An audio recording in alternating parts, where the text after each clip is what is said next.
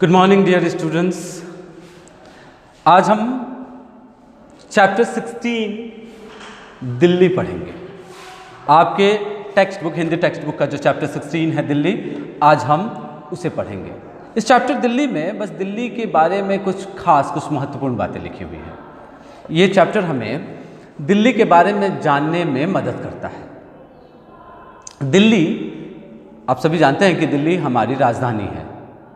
हमारे देश भारत की जो राजधानी है, इस देश की जो राजधानी है वो दिल्ली है।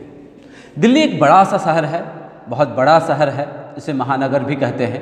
नगर से बड़ा महानगर होता है, बड़े नगर को महानगर कहते हैं। दिल्ली एक महानगर है, एक बड़ा शहर है। ये जो दिल्ली है, यहीं राष्ट्रपति भवन है, यहीं प्रधानमंत्री का जो घर है, प्रधानमंत्री कार्यालय यानी प्राइम मिनिस्टर ऑफिस है, यहीं पे सचिवालय यानी सेक्रेटरीट है, यहीं पे संसद भवन है।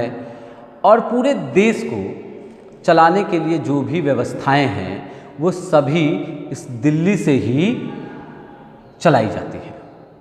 देश के प्रधानमंत्री दिल्ली में ही रहते हैं, देश के राष्ट्रपति दिल्ली में रहते हैं, देश का मुख्य सचिवालय यानी राष्ट्र सचिवालय जो है वो दिल्ली में ही है, संसद भवन भी दिल्ली में है। संसद भवन में कानून बनाए जाते हैं और फिर उसको राष्ट्रपति की मंजूरी के बाद पूरे देश में लागू कर दी जाती है। तो पूरे देश का जो काम है, इस देश को चलाने का जो काम है, उसको दिल्ली से ही किया जाता है। और इसीलिए दिल्ली को देश की राजधानी कहते हैं, हमारी राजधानी है।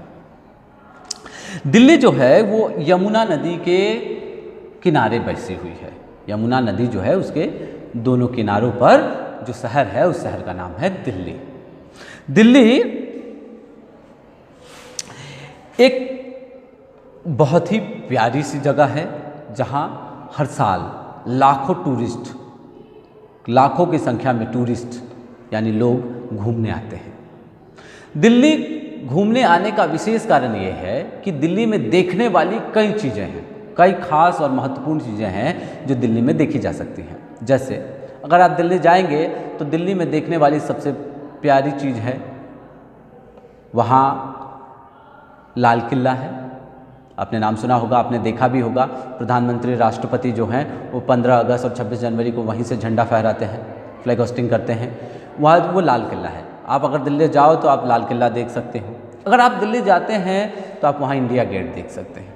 ये जो इंडिया गेट है, इस इंडिया गेट को फर्स्ट वर्ल्ड वार के टाइम पे जो भी भारतीय सैनिक शहीद हुए थे, भारतीय सैनिक जो भी शहीद हुए थे फर्स्ट वर्ल्ड वार, प्रथम विश्व युद्ध के समय, फर्स्ट वर्ल्ड वार के समय जो भी भारतीय सिपाही शहीद हुए थे उनकी याद में बनाया गया है। इस इंडिया गेट में उन सभी सिपाहियों के नाम लिखे हुए हैं। अब जाकर भारत सरकार ने, जो अभी की वर्तमान सरकार है, इस सरकार ने अभी उसी इंडिया गेट के पास और भी कई चीज़ें लगाई हैं जिसमें भारत के प्रथम विश्व युद्ध के बाद जो लोग भारत की, मतलब भारत को बाकी दुश्मन देशों से बचाने के लिए, जैसे पाकिस्तान और चाइना से युद्ध के दौरान जो भी भारतीय सैनिक मारे गए हैं, उनके नाम लिखकर भी वहाँ अलग अलग तरह के स्मारक बनाए गए हैं। अगर आप दिल्ली जाते हैं तो आप वहाँ राष्ट्रपति भवन देख सकते हैं, सचिवालय देख सकते हैं, सेक्रेटरीट सचिवालय देख सकते हैं, आप वहाँ संसद भवन, पार्लियामेंट देख सकते हैं। अगर आप वहाँ जाओ तो जामा मस्जिद देख सकते हैं। जामा मस्जिद जो है भारत की जो सबसे बड़ी मस्जिद है, जामा मस्जिद, वो वही है, दिल्ली में है। आप वहाँ जाकर देख सकते हो। अगर आप दिल्ली चले जाओ तो आप वहाँ जंतर मंतर पर भी जा सकते हो। जंतर मंतर एक टूरिस्ट प्लेस है, वहाँ पर भी आप जाकर जंतर मंतर देख सकते हो, लाल किला देख सकते हो। आप वहाँ कुतुब मीनार भी देख सकते हो। कुतुब मीनार को लगभग आज से 800 साल पहले, 800 ईयर्स पहले कुतुबुद्दीन ऐबक ने बनवाया था। कुतुब मीनार वहीं दिल्ली में ही है। कुतुब मीनार पर भी काफ़ी भीड़ होती है, बहुत ज़्यादा टूरिस्ट वहाँ भी पहुँचते हैं। इसके बाद अगर आप दिल्ली जाते हो तो आप वहाँ कुछ और ख़ास चीज़ें देख सकते हैं। जैसे वहाँ बहुत ही खूबसूरत और बहुत ही वर्ल्ड फेमस मंदिर है, जैसे कि अक्षरधाम मंदिर है। अगर आप वहाँ जाते हो और अक्षरधाम मंदिर में जाओगे तो देखोगे कि उस मंदिर की सुंदरता बहुत ही अद्भुत है। वहाँ का जो सिक्योरिटी सिस्टम है वो भी बहुत तगड़ा है और वो मंदिर इतनी खूबसूरत है, वहाँ जाकर मन को ऐसी शांति मिलती है, इतना अच्छा लगता है कि वहाँ से वापस आने का मन ही नहीं करता। बहुत प्यारी सी और बहुत विशाल, बहुत बड़ी मंदिर है। अक्षरधाम मंदिर। बहुत बड़े एरिया में इस मंदिर को बनाया गया है।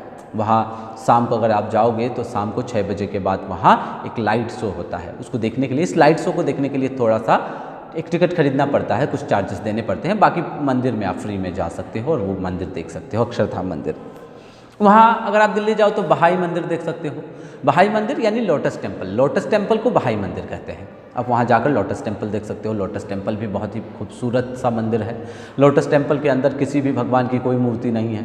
आप लोटस टेम्पल के अंदर जाकर कोई बातचीत नहीं कर सकते। अगर आप वहाँ जाते हो तो आपको एकदम मुंह बंद रखना होगा, नो साउंड, बिल्कुल किसी भी तरह का कोई आवाज़ नहीं निकाल सकते हैं आप, बिल्कुल चुप और शांति होती है वहाँ। और बहुत ही खूबसूरत, बहुत प्यारी सी जगह है लोटस टेम्पल।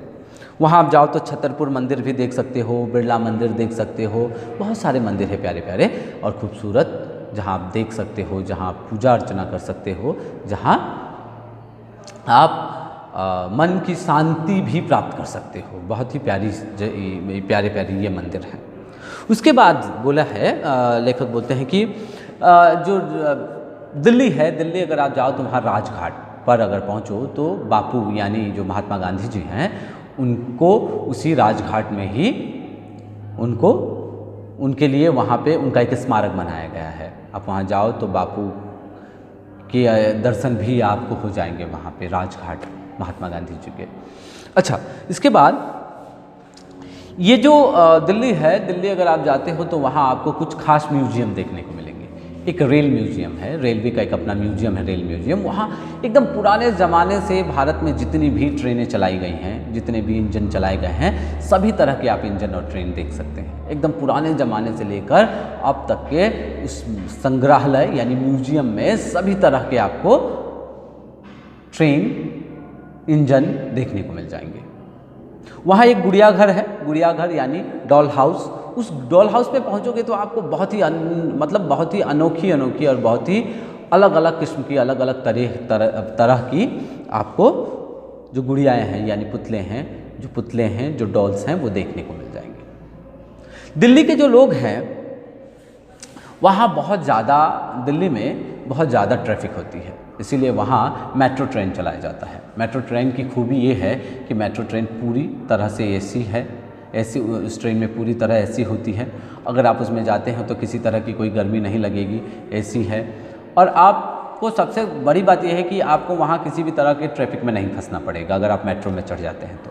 और मेट्रो की जो सवारी है वो बिल्कुल अलग है बाकी ट्रेनों की तरह। वो उसमें आपको झटका भी नहीं खाना है, बहुत ही स्मूथली वो आपको ले जाकर कहीं भी पहुंचा देती है।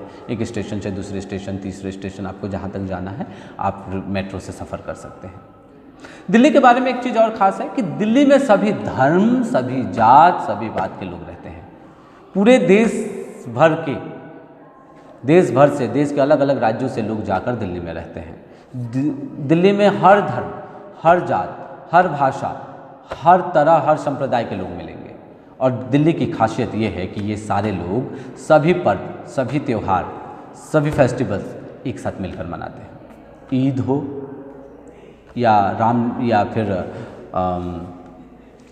वहाँ ईद हो या फिर गुरु पर्व यानी जो सिख लोग मनाते हैं, सिख लोगों का एक त्यौहार है। गुरु पर्व हो फिर या दशहरा हो या रामनवमी हो, होली हो, दिवाली हो, किसी भी तरह का जो भी फेस्टिवल है, किसी भी तरह के भी जो भी उत्सव है, दिल्ली के सभी धर्म, सभी जात, सभी संप्रदाय के लोग आपस में मिलजुल कर मनाते हैं। दिल्ली बहुत खूबसूरत सी जगह है। आप दिल्ली अगर आप दिल्ली जाओ तो देखोगे कि सड़कों के किनारे, सड़क के किनारे दोनों तरफ बड़े बड़े हरे पेड़ हैं और एक अलग सी ठंडक वहाँ कुछ इलाकों में देखने को मिलती है। सभी जगह तो नहीं पर कुछ इलाकों में देखने को मिलती है। और ये दिल्ली एक महानगर है, एक बड़ा शहर है जहाँ आपको देखने के लायक सभी तरह की चीज़ें मिल जाएंगी। और इसीलिए कहते हैं कि जो दिल्ली वाले होते हैं वो दिल्ली वाले होने के नाते खुद पर गर्व करते हैं और कहते हैं कि हम तो दिल्ली वाले हैं।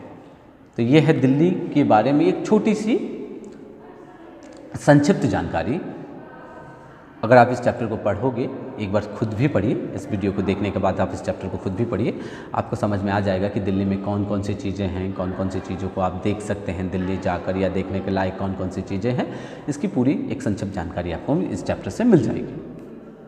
तो उम्मीद करता हूँ कि आपको दिल्ली के बारे में एक छोटी सी और संक्षिप्त जानकारी मिल गई होगी। तो आज इस चैप्टर को यहीं ख़त्म करते हैं। आप इस चैप्टर को एक बार पढ़िएगा, जो भी क्वेश्चंस हैं उसके आंसर्स को ढूंढिएगा और खुद लिखने की कोशिश कीजिएगा। जितना ज़्यादा प्रैक्टिस करोगे उतना ज़्यादा आप इसी चैप्टर को नहीं, सभी चैप्टर्स को उतने ठीक तरीके से, सही तरीके से आप समझ पाएंगे और क्लियर कर पाएंगे। तो आज के लिए इतना ही। बहुत बहुत धन्यवाद। फिर मिलते हैं अगले क्लास में। Thank you.